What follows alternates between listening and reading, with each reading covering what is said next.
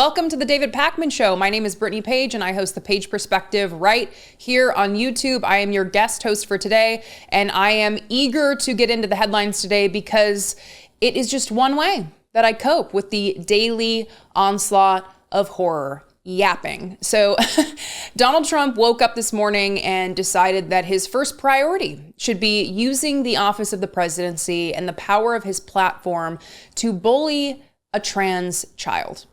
Imagine that. You wake up and the president of the United States is riling up his unhinged supporters against you as a child. Or if you are a parent, against your child.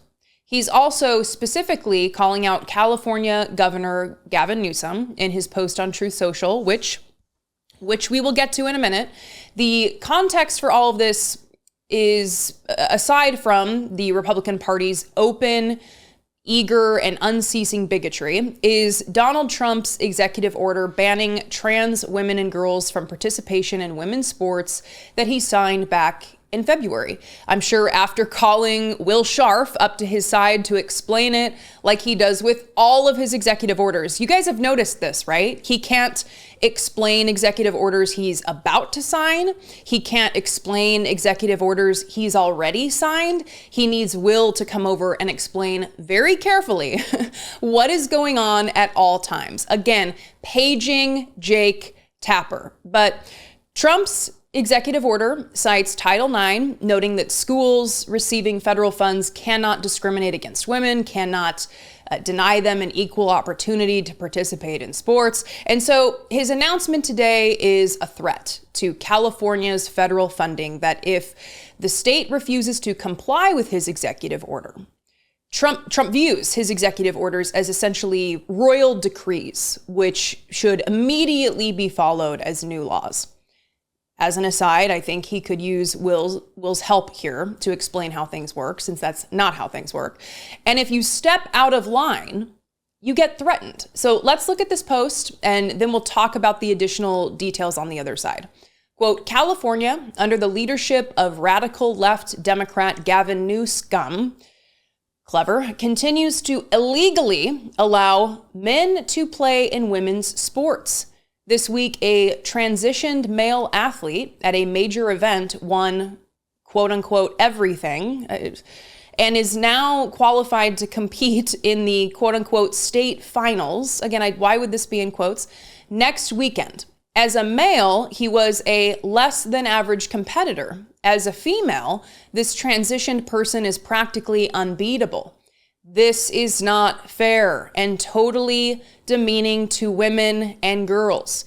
Please be hereby advised that large-scale federal funding will be held back, maybe permanently, if the executive order on this subject matter is not adhered to. The governor himself said it was quote-unquote unfair. I will speak to him today to find out which way he wants to go, question mark, question mark, question mark. In the meantime, I am ordering local authorities, if necessary, to not allow the transitioned person to compete in the state finals. This is a totally ridiculous situation. Trump, of course, highlighted Governor Gavin Newsom's sit down with Charlie Kirk, where he ceded ground to the right on the issue of trans rights. And listen, this is going to be a dividing line that you see as Democratic candidates line up for their shot at gaining more power as we're facing upcoming elections. We're already seeing this divide happening with people like Gavin Newsom going to the right on these issues, while someone like Tim Walz remains steadfast in their dedication to human rights, unwilling to hedge or cede ground to the right. We have people like Senator Alyssa Slotkin, who are trying to make an early name for themselves by proclaiming the problem with the Democratic Party right now is the emphasis on woke, using woke as a pejorative, using it the way that it has been weaponized by the right, when all the word means is to be aware, conscious of racial injustice, and how could that possibly be a bad thing? And if you ask me, it seems we've tried this method ad nauseum, this going to the right, this trying to prove a dedication to centrist and or right-leaning politics. in some embarrassing attempt to win over people from the right. But when has it worked? It certainly didn't work for Kamala Harris. But we spend all this time talking about trans participation in sports when, I mean, did you know how many actual individuals we're actually talking about here? Let's look at these numbers. Quote, according to Charlie Baker, the president of the NCAA, there are fewer than 10 transgender athletes he is aware of who currently compete in college sports. And nationally, just around 1% of adults identify as transgender, according to the Williams Institute at UCLA School of Law. This statistically small group of Americans has continued to receive an outsized level of attention from those on the right and Trump's new administration. So we don't need to get into every little argument here.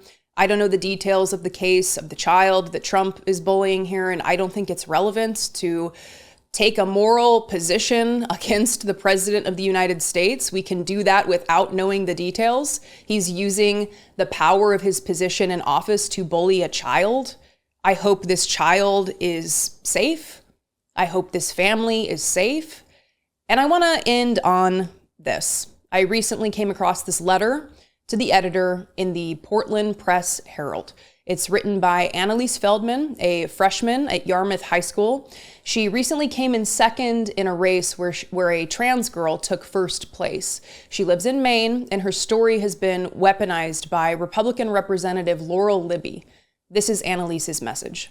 Quote, Rep. Laurel Libby, Republican Auburn, recently used my second place finish in the 1600-meter run and that of my teammate in the 800-meter run to malign Soren Stark Chessa, the trans-identified athlete who finished first. One of the reasons I chose to run cross country and track is the community, teammates cheering each other on, athletes from different schools coming together, and the fact that personal improvement is valued as much as, if not more than, the place we finish. Last Friday, I ran the fastest 1600-meter race I have ever run in middle school or high school track and earned varsity status by my school's standards. I am extremely proud of the effort I put into the race and the time that I achieved. The fact that someone else finished in front of me didn't diminish the happiness I felt after finishing that race. I don't feel like first place was taken from me. Instead, I feel like a happy day was turned ugly by a bully who is using children to make political points.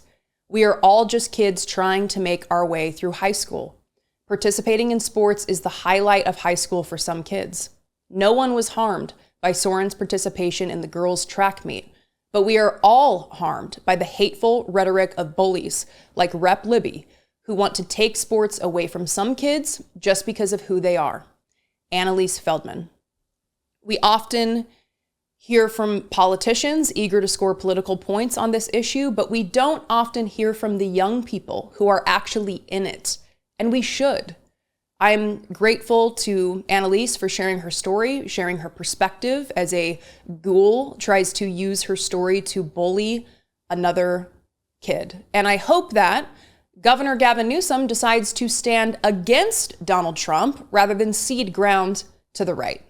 I don't have a cat myself, but many friends and family do. And lately they have all been talking about Smalls. So when Smalls came on as a sponsor, I wanted to learn more.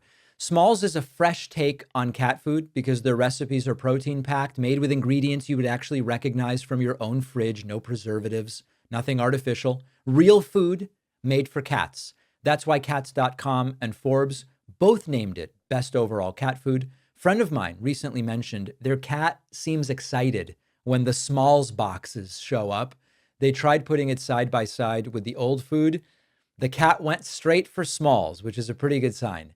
If you've got a cat, give Smalls a try. Smalls is offering my audience 35% off plus an extra 50% off your first order with free shipping. Just go to smalls.com, use the code PACMAN. The link is in the description.